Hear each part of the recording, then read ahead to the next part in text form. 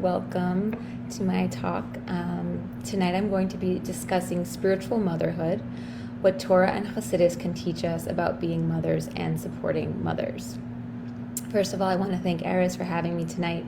Usually I'm speaking to women and specifically postpartum mothers, new mothers in my postpartum doula work, but what I'd like to speak about tonight really could use a broader audience. Motherhood is, after all, a human issue. It is a spiritual issue, one of mind, body, and soul, and it is ultimately a very Jewish issue. Our holy text speaks so much about the longing for and centrality of having children. But when it comes to our daily lives as Jews, we may not think of motherhood in spiritual terms, as a spiritual practice, but that's precisely what it is. What I'd like to propose is that motherhood is the ultimate spiritual practice and process, a commitment to humbling ourselves, learning from our mistakes, to contracting, quite literally, so that we can expand into wholeness. I'll touch a bit on how we derive this based on our texts and Hasidic principles and commentaries, but a lot of what I'll share tonight is based on my own das, my own lived experience as a mother, as an observer of mothers, a friend and supporter of mothers. And we all know a few mothers. But before I begin, I want to say I'm dedicating this learning tonight to my children, Asher Ben Zion Halevi, Amital Miriam Chen, Avraham Yosef Tuvia Halevi, and in particular Yitzhak Chaim Halevi, Leah and Hara, whose birthday was yesterday, the 21st of Tammuz. Since last 21st of Tammuz, this last year has been a humbling one for me. Up until that point, I had built up my understanding of what motherhood could or should be, what we could or should be doing as a Jewish community for our mothers and by extension our families. But a lot shifted for me. I was suddenly forced to do less, to think less, to give less. And in that restriction, the opportunity that is mothering started to feel very precious to me. How I saw best practices for mothering also changed, shifting from a spiritual but heavily physical job to one that is mainly spiritual. After secondary trigger following a COVID infection late last spring, my health took a turn and I spent the better part of 6 months battling to walk around without becoming faint. My brain fog was intense. I couldn't read a sentence in a book. I had insomnia and anxiety like I'd never known. My sympathetic nervous system had kicked into hyperdrive, and it was going to be a lot of work bringing it back down. Suddenly, keeping my home and caring for my children required a lot more help from others, and it already required quite a lot of help. In the beginning, I couldn't do a thing and had no idea how long it would take until I could empty the dishwasher without feeling like my heart would explode. How is this my life? I'd been no stranger to health scares, but this one really messed with me. No one knew how long it would take before I was feeling better or what better would look like. I looked at the faces of my children and felt impotent and dejected before them. No, I couldn't be out in the heat at the pool with him. No, I couldn't lift the laundry up the stairs. No, I couldn't nurse the baby through the night as I had with my previous 3 children. But Baruch Hashem, I cannot compare last summer to this one. I'm much, much better than I was. I still experience flare-ups not infrequently, only now I know how to address them and I understand how to ride them out. So why am I telling you all of this very personal health information? You might be wondering. Aren't I supposed to be speaking on the spirituality of motherhood? I bring up my personal story because for me, it put into perspective the deep connection between the neshama and the guf, the body, and the role that our thoughts, speech, and actions when it comes to becoming the mothers that we want to be. It also emphasized the central thesis of my work, the work that I do, and what I want to underscore tonight as well. I might be repeating this a lot, so bear with me. Mothering is as spiritual as it is physical. Some of us get unlucky/lucky enough to learn this lesson through an illness, a time when the power of the neshama, the soul over the body, the guf, becomes starkly clear. And in those moments, we will understand how much the well-being of the Jewish family hinders on the well-being of the mother. Indeed, if we want to have strong, spiritual, resilient children, we need to make sure mothers are getting the spiritual and physical resources they need to be strong, spiritual, and resilient. But this year has and continues to be a test. Chronic illness is hard whether you have kids or not. But with it comes a tremendous gift, a gift of bitul, a gift of becoming smaller to make space for our Creator to fill our every crevice. My illness has forced me to retract. My chayas, my inner life force, has been put to the test, something I have in common with the postpartum mothers that I support. And in doing so, it's given me the space to really appreciate the enormity, the toil, the harvest, and the sweet bounty that is motherhood. In my hardest hours, the ability to serve my children became my deepest burning desire. Just being able to put on my child's shoes from my bed felt like a kiss Hashem was giving to me directly. When we can peel away everything else, we see that just as Hashem desires to give to us, to be with us in this world, so too a mother desires to give to and be with her children. We see that the more we invest in our relationship with Hashem, the more we show our complete trust, the more the blessing seems to flow. So it is with a mother. The more the baby suckles from her breast, the more the milk will come. The ratzon, desire to give, is so primal and so strong. It is the Shekhinah dwelling within us. We see here, as I've stated before, that the relationship between a mother and her child involves a big physical component. She carries her baby for 9 months, generally, and nurses it, God willing, until the baby weans. She cleans it, nurtures it, picks up its messes, keeps it from danger. In our daily lives, we sit in this physical dimension. Our tired bodies put our babies to sleep snuggled in tight. Our brains ebb and flow with emotion to logistics. Our nervous systems buzz in reaction to the tremendous amount of input we face day in and day out. The heightened noises, the unexpected messes, the odors, the sticky surfaces. Our bodies are doing a lot. What is hidden away from us, unless we do some intentional work, is the spiritual component, the part of us that connects neshama to our child, the part of us that lights up simply being in the presence of our child. When I was at my most ill, this part of me really activated. All of a sudden, since I wasn't able to manage the mess and bark orders, I was relegated to the couch to simply observe the overwhelming, pure spiritual beauty of these children, Leah and Hara. The connection between the mother and child is eternal, going far beyond the body. As we see in last week's Haftorah in Jeremiah, chapter 1, verse 5, "Before I formed you in the womb, I knew you, for I showed Adam every generation and its prophets, and before you emerged from the womb, I appointed you to be a prophet." The Lubavitcher Rebbe's commentary highlights this. Before you were in the womb, I knew you. I endowed you with a divine soul, and before you emerged from the womb, I appointed you as master over those aspects of creation I have placed under your influence. We learn from this that before the mother even has the baby in her womb, Hashem plans for the baby's connection to the soul of the mother. There is an intentional selecting going on. There are no accidents. We are much more than even DNA matched. We are soul matched. So you see, motherhood is a sacred art form entrusted to women by Hashem that penetrates every stitch of our being because it requires every stitch of our being to perform. As we know, the more of our resources and kavanah we put into doing a mitzvah, the greater the reward, both physically and metaphysically. Now, if I step down and out of this paradigm and allow myself to be touched by the lower frequency, so-called truths of this world we dwell in currently, I will receive quite a different story.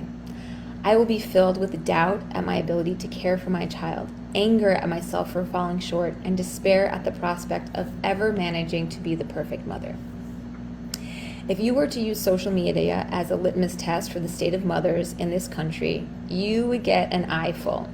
There would be memes, lots of memes, about how parenting is hard and about how undersupported and undervalued mothers feel.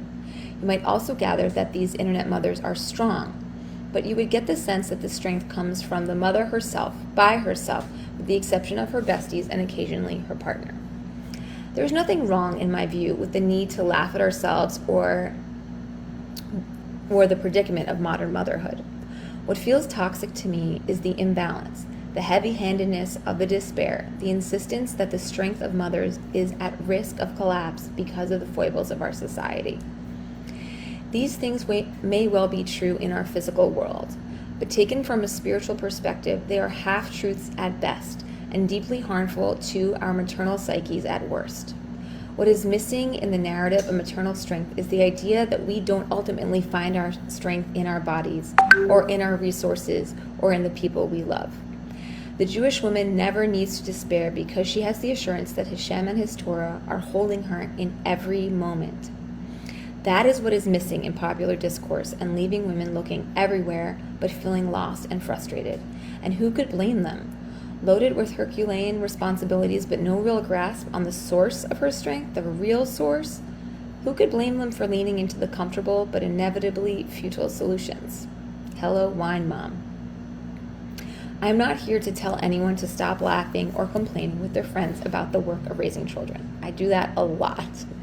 Motherhood is not easy. It is not supposed to be easy. The Torah tells us that anything worth doing is not easy. Man and woman were made to toil, as Job tells us. Jewish spirituality is infused with struggle. To study Gemara, for example, is to struggle endlessly with arguments and counter-arguments. Once you think you understand the thing, you learn that you don't understand at all. But in this struggle, you are getting closer and closer to the truth. You are becoming more refined. Ask any mother. Just when you think you finally figured your child out, they're in another phase you've never experienced before. You are never done. But when you step back and realize how much you've stretched yourself, the window of tolerance, your compassion, your own beliefs about yourself, like the Gemara page, the child is a mirror held up to the face of the reader, showing us our own complexities and paradoxes. Hashem tells the Jews that they should be kodesh, holy, separate. What the world tells us motherhood is or should be is actually irrelevant to the Jewish neshama. And that is because we have a Torah which, if you look closely, has a lot to say about how to envision motherhood and how to support mothers. And before I get into exactly what is said, I want to emphasize that I am not suggesting to do away with modern self-help books or psychologists or therapists. We can and should absolutely take what is helpful. MS hides everywhere. But in the end, we have a Torah guide that not only tells stories of mothers, their yearning for the responsibility, but also insinuates and sometimes clearly shows us the spiritual change and elevation that occurs once they cross over from maiden to mother, which is called matrescence. So let's begin in the beginning. Let's look at some of the Torah that can be a strength to our mothers and the communities that love and support them as bearers of the next Jewish generation. We begin even before the mother holds her baby. A child is a spiritual gift, not only to the parents, but to Hashem. We learn from the Midrash, Hashem desired to dwell in the lowest realms. Hashem desires for the world to become His sacred abode. In order to fulfill this divine purpose, the soul is dispatched to this earthly realm. Endowed in a godly essence, the soul possesses the remarkable ability to serve as a conduit for divine energy, infusing godliness into its own physical vessel and the surrounding world. When a mother receives a baby in her womb, she is making space for a soul to enter into an infinite and boundless connection with godliness. She is actually elevating the soul by giving it the opportunity to do mitzvot, bringing heaven to earth. And she is also enabling Hashem to fulfill His purpose for creation. She is allowing Hashem to dwell and belong in the physical world. To take this a little further, the Midrash, Mechlita Yisro, and in Devarim Rabbah, tells us that had one Jew been missing at the time the Torah was given, the entire event would have been impossible. Every Jewish soul and every future Jewish soul was present at Sinai. The entire purpose of creation set into motion with the giving of the Torah rests entirely on each individual Jew doing their part. As Mishle 10:25 says, a righteous man is the foundation of the world, which means that he who acted righteously tipped the balance of the entire world to merit and save it. When a mother gives herself physically to bring this soul down to earth, she could be bringing down exactly the person needed to bring Geula. It's pretty far out. The very first instruction recorded in the Torah is to be fruitful and multiply. Hasidic interpretation explains that childbirth appears as the first instruction in the Torah because, on a certain level, the function of the entire Torah is to bring out the greatness of the Jewish people. We want more people because we want to be able to love our fellow, the essential commandment according to Hillel. Be fruitful and multiply.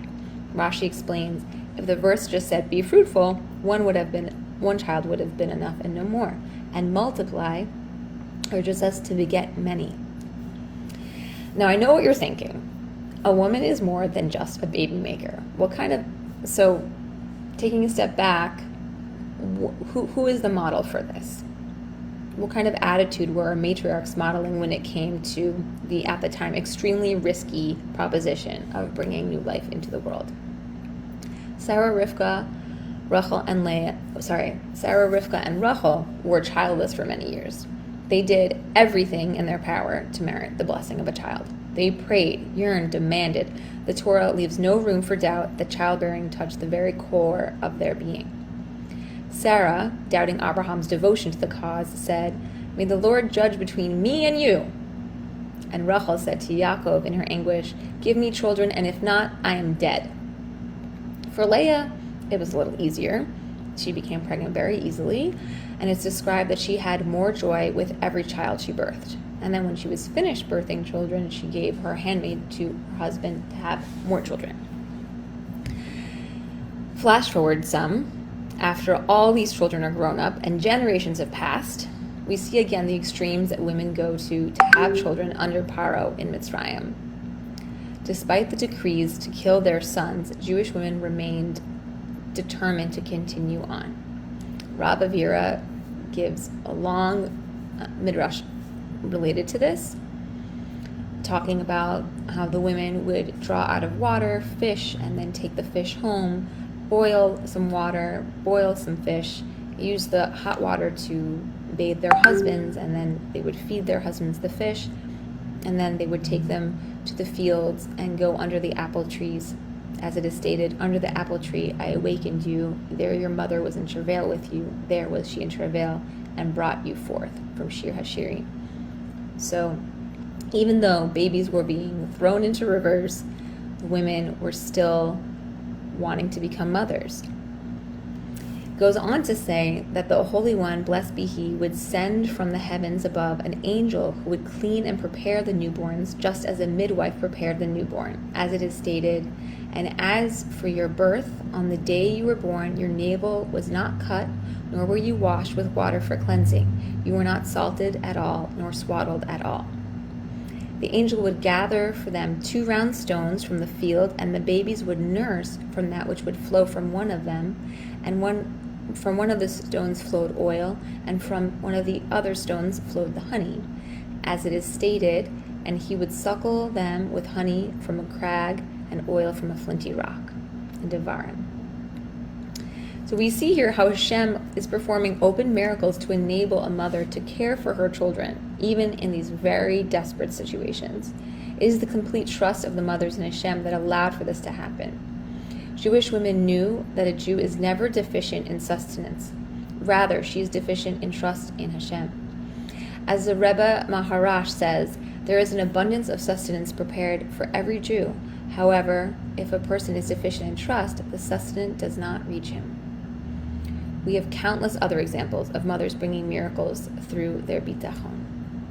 Pua and Shifra, the Hebrew midwives living in Egypt, who went against Paro's order to kill all the baby boys born to Jewish mothers. What motivated them to be so bold? To look past the bleak fate of their people and risk their lives in disobedience. The Torah says, "And because the midwives feared Hashem, He established households for them," in Shemot. They were able to face the darkness with bold, life-affirming optimism because they knew that Hashem was with them. Our Imaot model for us that bringing new life into the world and caring for our children is something we do together with Him. We are never alone in this work. A last mother in Torah that I'm always inspired by, Serour, shows that when our maternal intuition is aligned with divine will, our parenting decisions become much easier. En route to Mitzrayim, Moshe's wife rescued her husband from divine wrath by performing a circumcision on their son. It says, "And it came to pass that on the way at the lodging place, the Lord met him and sought to kill him.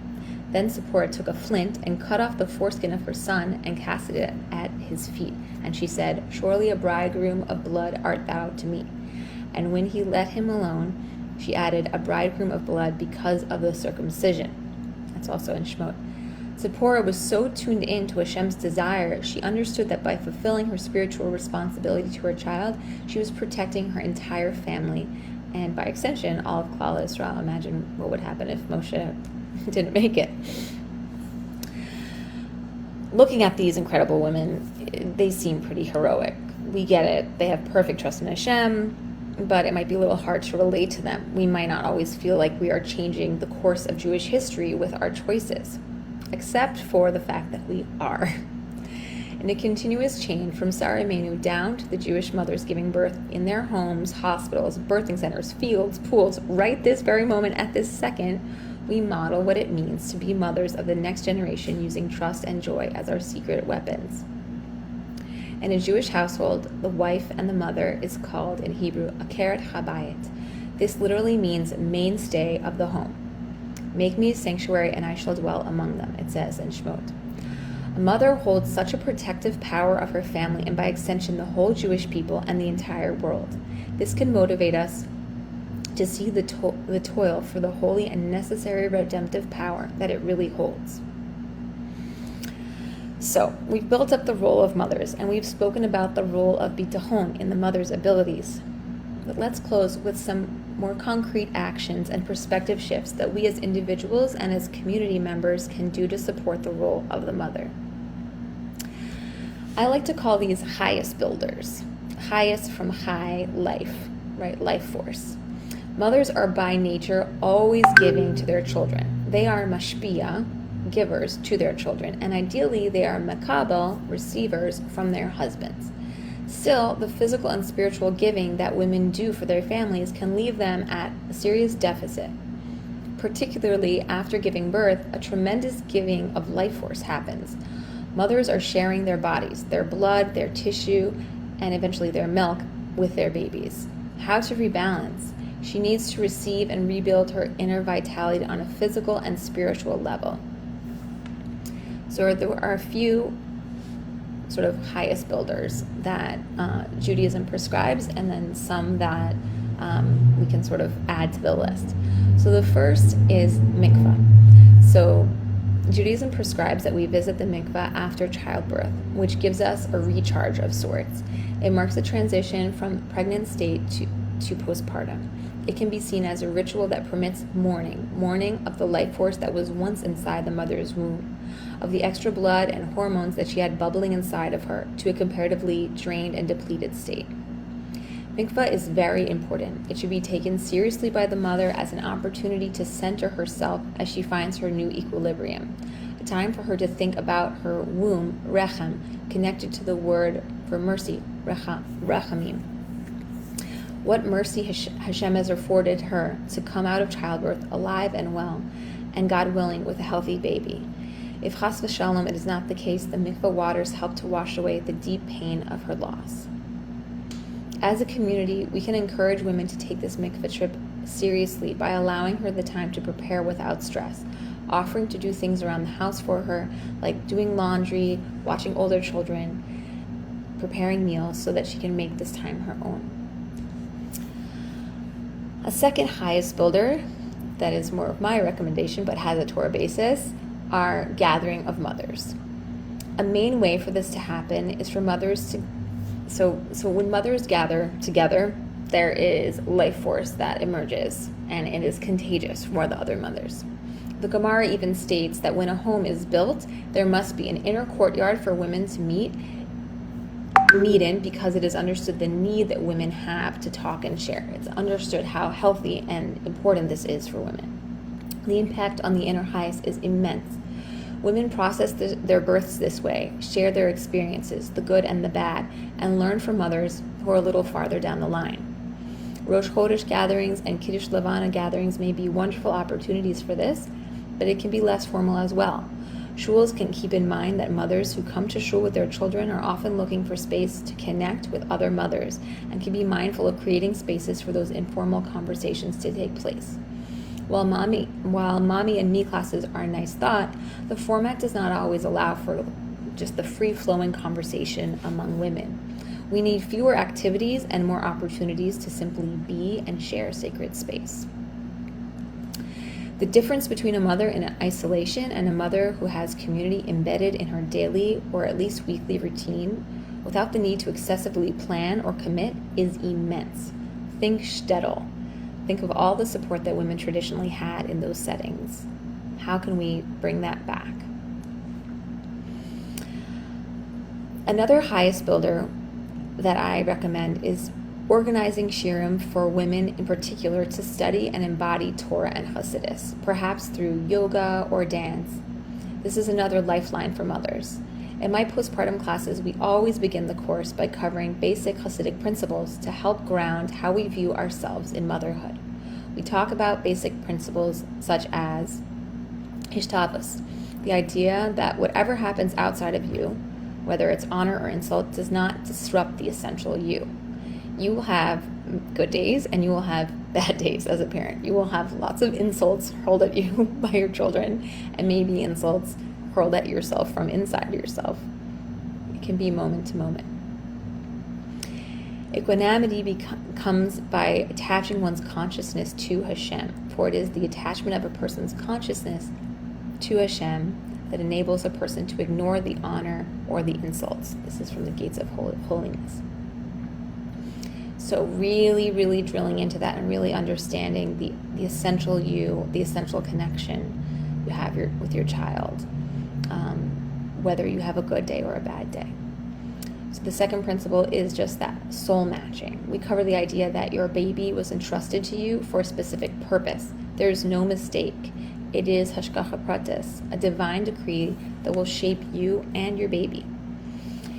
Because the Kabbalistic sources teach that nowadays there are no new souls, but rather more people are reincarnations, that would mean that practically reincarnation will be a major factor in determining what bodies and into what families souls will be born.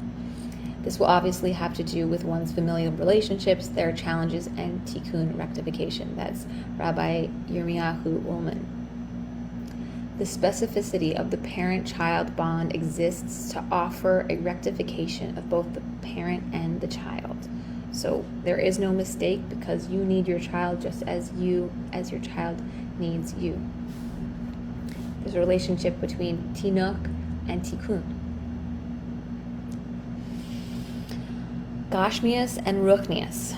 Motherhood can bring physical pleasure and spiritual pleasure. It can bring physical pain and spiritual pain. Most often it brings a combination. They're not always in alignment. This is part of the human condition. I like to share Rav Yehuda Leib Ashlag's quote, "What is the difference between Gashmias, physical pleasure, and Ruchnias, spiritual pleasure? Gashmias everyone wants, but once you have it, there's no feeling of fulfillment. Ruchnias, on the other hand, nobody wants, but when you have it, there's such a deep feeling of fulfillment." We can get physical pleasure from pinching the cheeks of our children, those hugs and all the wonderful things that they can tell us. But there really is no ruchnias like the spiritual pleasure shared by a mother and their child. It's an eternal pleasure. It really goes beyond the physical.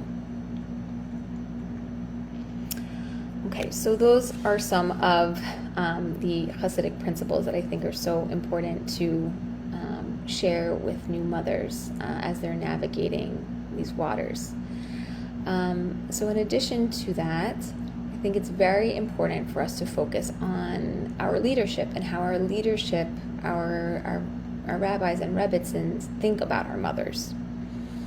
When we think about mothers, we are really thinking about families. Again, we're thinking about the bedrock of the family. Everything flows from her. There is so much co-regulation emotionally and spiritually happening between the mother and her children. So it is really incumbent upon rabbis and rebbitzins to teach Jewish mothers about Jewish rituals that could be completed during and after childbirth, Jewish baby naming practices, spiritual preparation for the Brit Milah, not just the Brit Milah itself, teaching mothers about laying in, as it is in our halacha, that a woman who has had a child within 40 days is considered to be gravely ill and in need of rest, and she should get whatever she needs and wants. Teaching women about this is very, very important. It's very counter to sort of the, modern way of parenting, and so it should be really upon our leadership to emphasize this to mothers. We should be teaching mothers to trust themselves and their decisions by committing to tefillot practices, teaching them about the beauty of personal prayer, model for mothers how to carve time out for prayer and sacred movement to keep their nervous systems calm, cool, and collected so that they can show up for themselves, their children, and their spouses. Teach mothers about their moon cycle and how it impacts their energy each month. And if you don't have leadership that knows or values these things, look around. There are Jewish birth workers all over this beautiful planet who would love to teach you more, and I can point you in the direction of somebody near you who knows all about these things. So I want to close with an idea that is at home in this month of Tammuz. According to the Sefer Yetzirah, the sense of the month in Tammuz is sight. This means we are being called to rectify this sense within ourselves by doing our best to see the good in others and in ourselves. We are taught that where our focus goes actually changes reality. Just as words are powerful decrees that can be used to slander, preceding this urge is how we react internally to what we see. When we look at motherhood from a spiritual perspective, when we gaze upon the profound lessons of our imaot and the supportive embrace of our Torah teachings, we can understand motherhood as a spiritual practice, perhaps the ultimate form of rachnias, of spiritual pleasure and fortune. Ruchnias. I want to bless us to see our mothers with an ayin tova. May we commit to supporting them and their work of raising healthy, spiritual, resilient children, the leaders of our next generation. May we embrace them completely. Thank you.